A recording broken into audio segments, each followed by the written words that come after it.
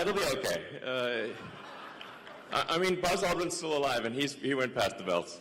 Work.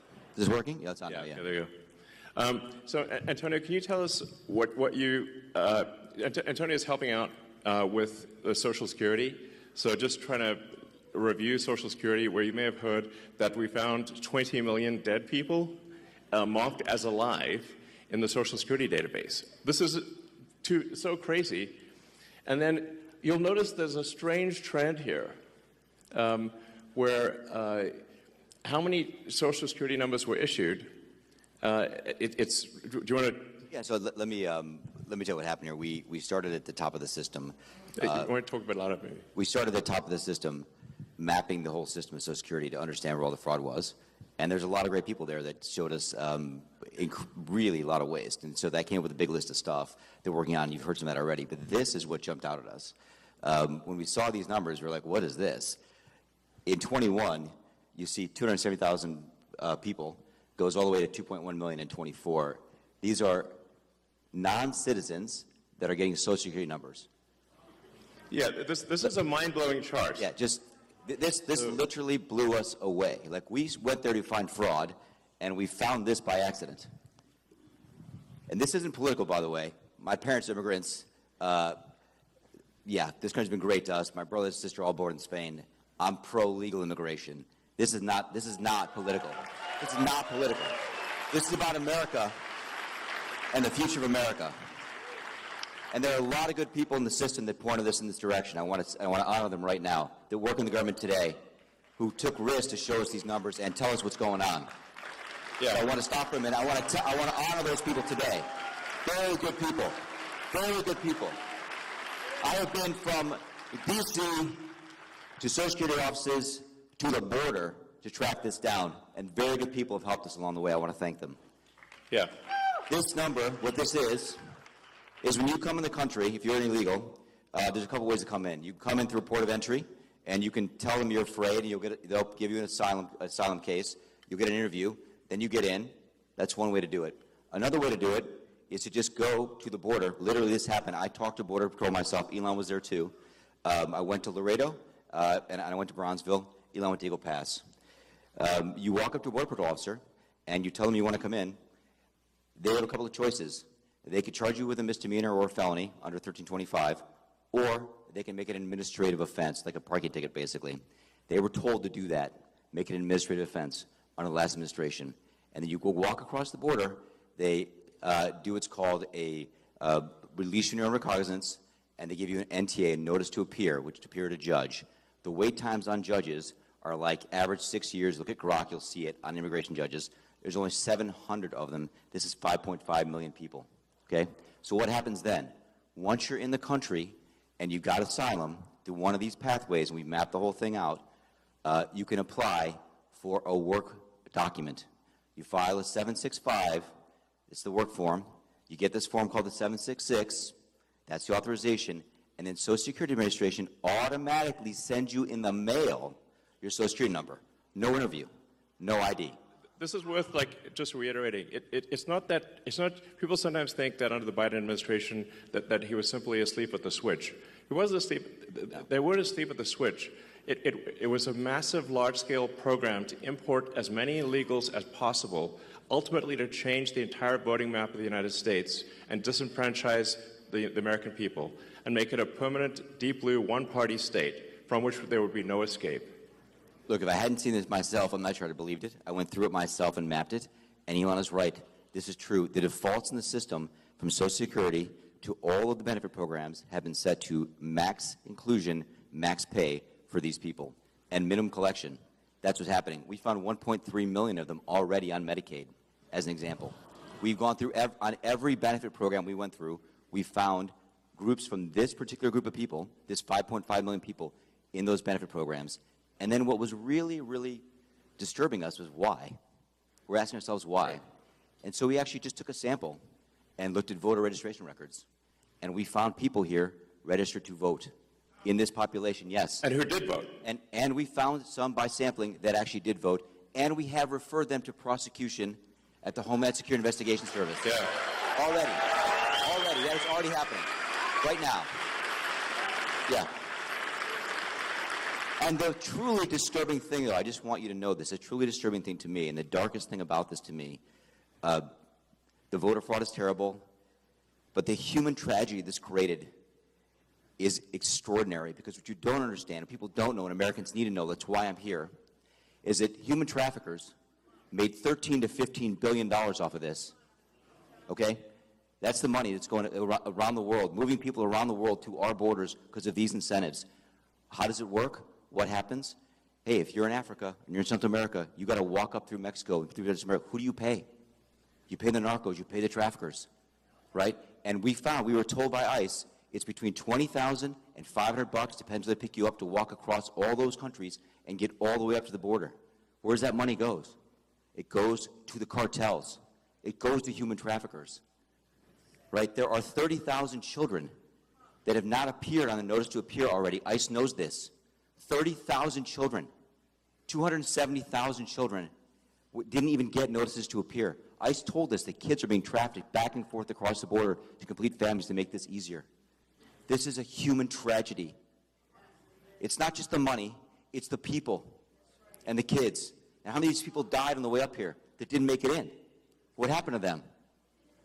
We created a system here that created a incentive for people to come and be taken advantage of by these traffickers. And how do you think they get paid? Well, you're in Africa, Central America, you got $20,000 or $10,000 or $5,000 to pay these traffickers? No, you don't. What happens? You come in, then you owe them the money. You're an indentured servant. If you don't pay them, what happens? What do? They kill your mother, they kill your brother, they kill your family. What happens next? That's what we discovered. And I have to tell you, it's tragic to me. The tragedy, the human tragedy this created is extraordinary. That's the real problem. This is America. We don't do this here in America. Yeah. We don't do this here in America. People come here legally, and that's great. Elon came here legally. My parents came here legally. That's the way to do it. This is outrageous.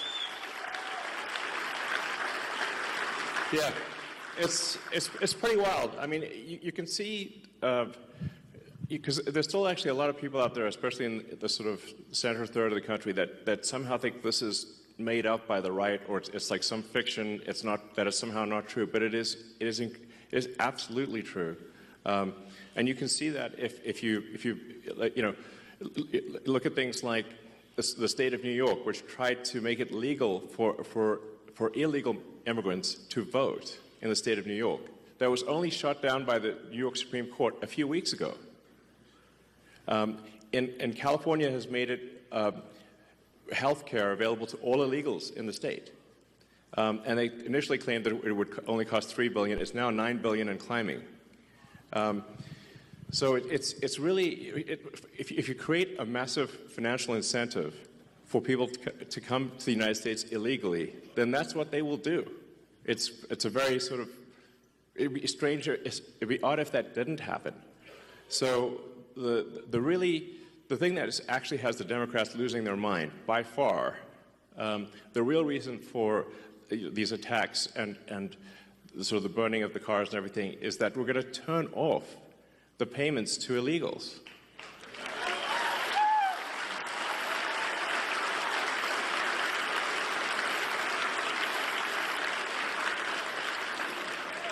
Because, yeah, I mean, because that's not the deal. You know, it's simply not right. You know, if you look at that thing with the Roosevelt Hotel and, like, you know, the luxury hotels in New York, where the Federal Emergency Management Agency funds were being used to house illegals in luxury hotels in New York that the average American can't afford. And they were giving a welcome package and $10,000 debit cards and everything else. Like, it's super real. I mean, it's like, I think it's the biggest voter fraud thing in history by far. And moreover, if left unchecked, it would have succeeded. As Antonio mentioned, the time frame for going from asylum to citizen is roughly 5 years. Yep. And so all of the people that came in on that chart that you saw if the machine behind the Kamala puppet had won, then they change out the puppet, but it's the same machine. Then they would have actually legalized all those people, and there would be no swing states. And they added more. Remember, it was doubling every year. Yes. It went from 1 million to 2 million. It was going ballistic. Going ballistic. And it is just, these people are just entering the benefit programs now, by the way. Right. We're seeing the ramp happen too. And these are just the ones that are in the system. This doesn't count the other, 7.5, 8 million that ICE thinks are out there. Yeah. We don't know if they have numbers. The number is totally uncontrolled. The voter ID requirement in this state is super important because of this. Yes. Because the Social Security number, it's not supposed to be a federal ID number, but it basically is. That's how you access all the benefits. This is why we need voter ID, because this thing is not secure. You could walk into a Social Security office today as an adult in America, and get a Social Security number enumerated with simply answering 6 or 7 simple questions and showing some forms of ID that are not federal ID. Well, you could just actually make it up. Basically, you can show basically like a fake utility bill, or show a medical bill and a school ID. Yeah, medical bill and a school ID, and you can get a Social Security number. Yes. And then from there you get on the voter rolls, and then Yes. the basically Dem operatives will farm the vote. Yes. So the problem with this obviously is that if you turn the swing states blue, then there are no swing states, and then we're in a permanent one-party system. And as soon as they win that, they'll have the House, the Senate, the presidency. They'll pack the Supreme Court. Then they'll double down on the illegals, just like California. So we've already seen this happen in California. California is supermajority Dem. So, but at least California is held back by the fact that people can move out of state. Once you can no longer leave America, they'll be far worse than California. So the gravity of the situation is severe.